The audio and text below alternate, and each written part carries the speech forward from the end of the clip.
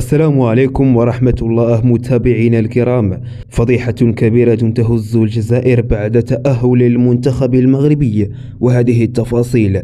لكن قبل ذلك لا تبخل علينا عزيزي المشاهد باشتراك وإعجاب لنستمر في نشر المزيد إن شاء الله.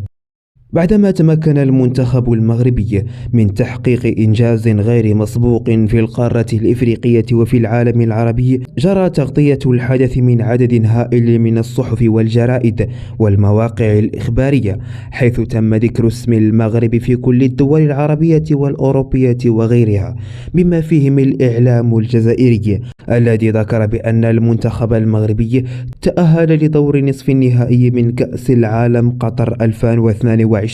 إلا أن المفاجأة والصدمة الكبيرة هي إقالة المدير العام للتلفزيون الجزائري شعبان لوناكل، معاقبة له على فعلته الشنيعة والتي تعتبر خيانة للوطن على حد قولهم.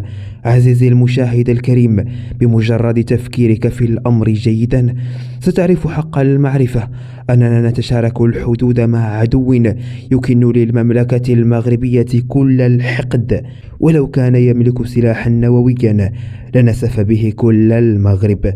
نحتاج تفسيرا من الإخوة الجزائريين لأن الأمر لا يقبله العقل.